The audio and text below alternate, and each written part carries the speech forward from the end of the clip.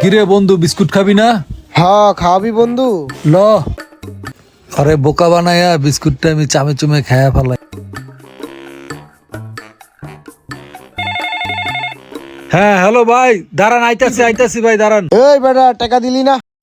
এই বেটা বিস্কুটের বিল দে তো, তুই যাস কই? কিরে বন্ধু খাস আর আডস, ব্যাপারটা কি?